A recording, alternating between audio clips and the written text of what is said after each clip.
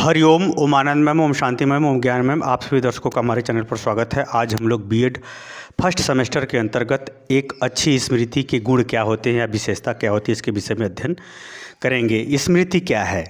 स्मृति सामान्यतः सीखी हुई चीज़ों को, पहचानी गई चीज़ों को, समझी गई चीज़ों को या बातों को या किसी घटना को या व्यवहार को या क्रिया को आवश्यकता पड़ने पर पुनः याद कर लेना क्या कहलाती है? स्मृति। यानी जो चीज़ आपके पास अनुभव के रूप में, ज्ञान के रूप में, व्यवहार के रूप में, समझ के रूप में, पहचान के रूप में जो आपके मस्तिष्क या अनुभव में जो दृश्य बना है, आवश्यकता पड़ने पर आप उसे ज्यों का त्यों याद कर लेते हैं, दोबारा बता देते हैं, तो कहा जाएगा कि आपके पास उस चीज़ की स्मृति है।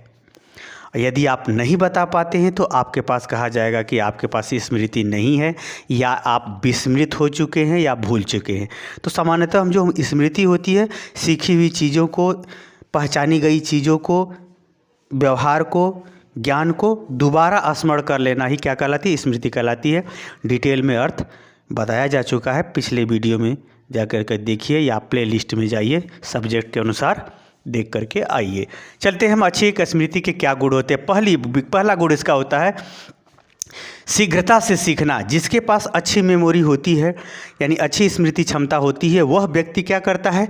किसी व्यक्ति को जल्दी पहचान लेता है, किसी व्यवहार को जल्दी सीख लेता है, किसी व्यवहार को जल्दी समझ लेता है, उसके तरीक़ों को जल्दी जान जाता है। यानी उसके क्रिया को, उसके व्यवहार को, उसके प्रभाव को या उसके पहचान को वह शीघ्रता से कर लेता है, क्योंकि वो पहले का सीखा हुआ है।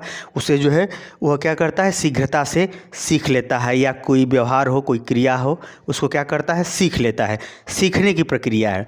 जैसे हम आपको कोई विषय के बारे में जानकारी दे रहे हैं, जानकारी देने के बाद मैंने पूछा कि भाई आपको आ गया, तो आपने पूरी जानकारी ज्यों कहते हो बता दिया, जोड़ते हुए, एक दूसरे से समझाते हुए आपने बता दिया।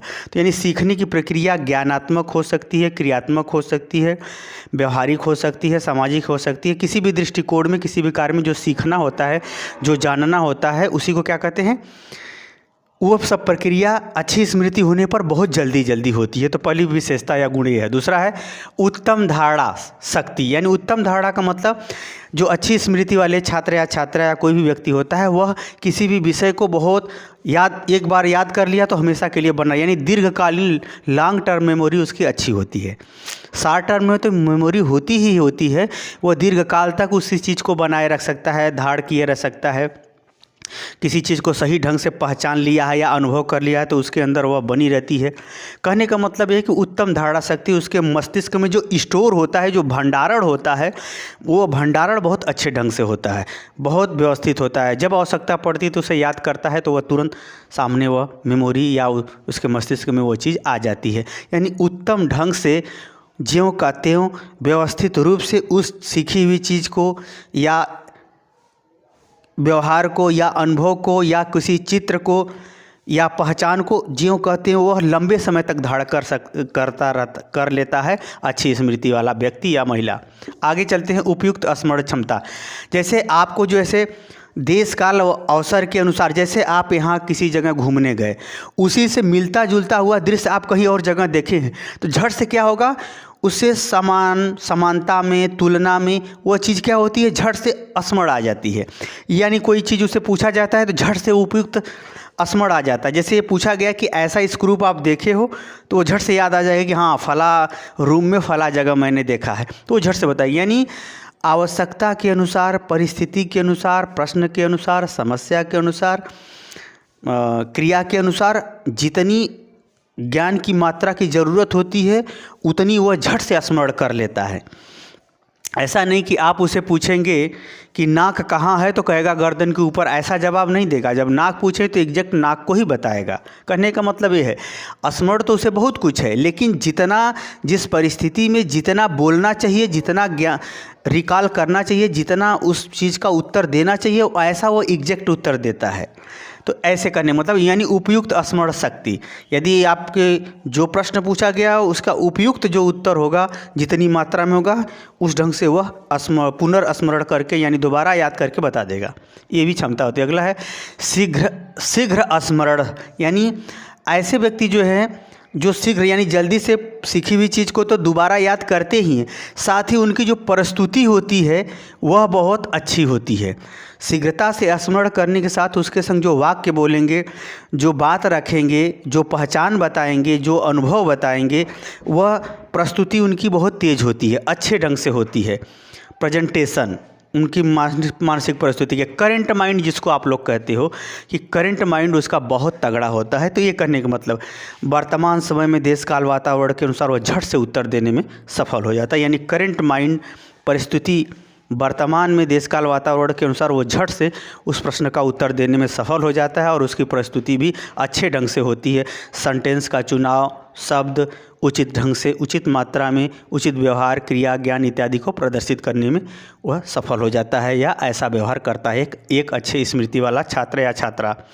शीघ्रता से समझना, अगर किसी चीज़ को आप समझा रहे हो, समझाने का जो तरीका होता है या किसी चीज़ को संबंध में जोड़ने का जो तरीका होता है या संबंधों का एक दूसरे पर जो निर्भरता होती है या संबंधों का स्वतंत्र रूप से एक दूसरे के साथ जो संयोग बनता है, चाहे क्रिया के माध्यम से, चाहे व्यवहार के माध्यम से, किसी ज्ञान के माध्यम से, जैसे होता है ना एक ज्ञान दूसरे से ज्ञान से संबंधित होता है तब न महाज्ञानी व्यक्ति बनता है। तो कहने का मतलब यह है कि वह संबंधों को या ज्ञान को एक दूसरे से जोड़ करके देखना, एक दूसरे से मिलान करके देखना। जैसे यह इतनी सुंदर है जैसे कि गोविंदा हीरोहित, तो यानी वह पुरुष इतना सुंदर है कि जैसा गोविंदा हीरो, यानी ये क्या है, शीघ्रता से वह उसके व्यवहार, हाव भाव, क्रियाकलाप को उससे जोड़ देता है। तो इसी तरह से ज्ञान हो, घटना हो, क्रिया हो, समूह हो, समझना हो, तर्क हो, जिज्ञासा हो, तो एक दूसरे से वह जोड़ करके, संबंध जोड़ करके या क्रिया को समझ करके एक दूसरे से जोड़ करके प्रस्तुत करने की, समझने की या समझाने की प्रवृत्ति उसके अंदर बहुत अधिक होती है एक अच्छे स्मृति वाला। क्योंकि जब तक आपको याद ही नहीं रहेगा तो आप क्या संबंध जोड़ेंगे, क्या संबंध को समझेंगे। अब इतिहास का राजनीति से क्या संबंध है, इतिहास का समाजशास्त्र से क्या संबंध है। जब इतिहास को भी आप अच्छी तरह से स्मृति में धारण किए हो, राजनीति शास्त्र को भी या अर्थशास्त्र को भी धारण की हो, तब ना आप जोड़ करके बता सकते हो कि इसका ये संबंध है, इतना संबंध है, इस रूप में है। कहने का मतलब ये है शीघ्रता से ज्ञान के, व्यवहार के, क्रिया के इत्यादि संबंधों को जोड़ने की क्षमता भी उसके अंदर अधिक होती है। ये भी विशेषता। छठी विशेषता है स्मृति में सूझ की क्षमता अधिक होती है। सूझ का मतलब क्या होता है? सूझ का तात्पर्य एक होता है किसी परिस्थिति में एकाएक समाधान प्रस्तुत होना। जैसे चलो यार अब क्या करें, यहाँ वाला तो ये रिंच नहीं है या यह पाना नहीं है जिसकी वजह से ये गाड़ी नहीं बन पा रही है। झट से उसने जुगाड़ लगा अरे इससे हम इस चीज़ को खोल सकते हैं। तो जिसको आप लोग जुगाड़ कहते हो, एक प्रकार से वैसे ही सूझ होता है। सूझ का मतलब एकाएक समस्या का समाधान निकल लाना या एकाएक जो है किसी परिस्थिति में कोई विकल्प के रूप में हल खोज लेना, वो क्या कहलाता है? सूझ कहलाता है। या परिस्थितियों को जोड़ करके समस्या के समाधान तक पहुंच जाना सूझ कहलाता है। जिसको कहते हैं कि जैसे आप ढेर से बाराती आए हैं और सबके लिए पर्याप्त खाना बना है और उसी में विदाउट न्योता वाले भी आ गए। अब तो पब्लिक बढ़ गई। अगर सब्जी बनाने जाते हो तो लेट होता है, तो झट से क्या किया, पानी गर्मा करके नमक मसाला बढ़ा दिए। ये कहा जाएगा सूझ। तो ऐसे लोगों में देश काल वातावरण परिस्थितियों के अनुसार, समस्याओं के अनुसार, क्रियाकलापों के अनुसार, विभिन्न परिस्थितियों के अनुसार जो है तत्कालीन समस्या का समाधान खोजने की क्षमता अधिक होती है एक अच्छे स्मृति वाले में। आगे है तर्कयुक्त स्मृति। तर्कयुक्त स्मृति का मतलब ये होता है कि वह किसी चीज़ को जोड़ते हैं। तर्क क्या है? एक सिस्टमेटिक क्रमबद्ध विचारों की श्रृंखला है। तर्क क्या है? एक सिस्टमेटिक यानी क्रमबद्ध विचारों की क्या है? श्रृंखला। तर्क अगर बिना आधार का आप करोगे तो कल्पना में चला जाएगा। बिना आधार का तर्क करना, बिना आधार का कोई बात प्रस्तुत करना कल्पना हो जाएगा। लेकिन आधारयुक्त क्रमबद्ध उत्तरोत्तर बढ़ते हुए विचारों को प्रस्तुत करना तर्क कहलाता है। तो ऐसे बालकों में जिसके अंदर स्मृति अच्छी होती है, छात्र हो या छात्रा हो, तो वह उसकी स्मृति एक बात को दूसरे बात को या एक जानकारी को दूसरे जानकारी को, एक समझे हुए व्यवहार को दूसरे समझे हुए व्यवहारों को क्रमशः जोड़ करके वह प्रस्तुत करता है। हवाई बात नहीं करता है, मनोकल्पित बात नहीं करता है। वह व्यवहारिक बात, आधारयुक्त बात, वैज्ञानिक ढंग से बात, विचार इत्यादि प्रस्तुत भी करता है।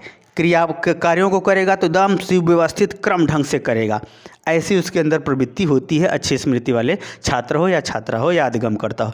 अगला विश्वसनीयता। ऐसे बालक जो अच्छी स्मृति वाले होते हैं उनके अंदर आत्मविश्वास बहुत होता है। वास्तव में जो है ना, ज्ञान में दम होता है तो आत्मविश्वास अधिक होता है। यही कारण है कि जितना ही आपके ज्ञान में दम होगा उतना ही आपके अंदर आत्मविश्वास होगा और उतना ही आप क्या करेंगे, संघर्ष करके सफलता तक पहुंचने की आपके अंदर क्षमता भी होगी। तो यानी अच्छी स्मृति ज्ञान कराती है और उस ज्ञान से विश्वास उत्पन्न होता है और वह विश्वास आपको आत्मविश्वास में भरते हुए संघर्ष के माध्यम से आपको सफलता तक पहुंचा ही देती है। तो एक अच्छी स्मृति में वाले व्यक्ति या लड़के या लड़की हो तो उसके अंदर जो है एक विश्वसनीयता का गुण होता है। उसके अपनी स्मृति पर, अपने मस्तिष्क पर, अपने ज्ञान पर विश्वसनीयता अत्यधिक पाई जाती है। तो ये रहा स्मृति, एक अच्छे स्मृति वाले छात्र या छात्रा के, एक अच्छे स्मृति वाले छात्र या छात्रा के गुण क्या होते हैं या विशेषताएं क्या होती हैं, उसको मैंने आपके सामने प्रस्तुत किया। मुझे उम्मीद है कि आप समझने में सफल हो गए होंगे। सफल हो गए हैं तो जल्दी से सब्सक्राइब कीजिए चैनल को, लाइक शेयर कीजिए। हरिओम।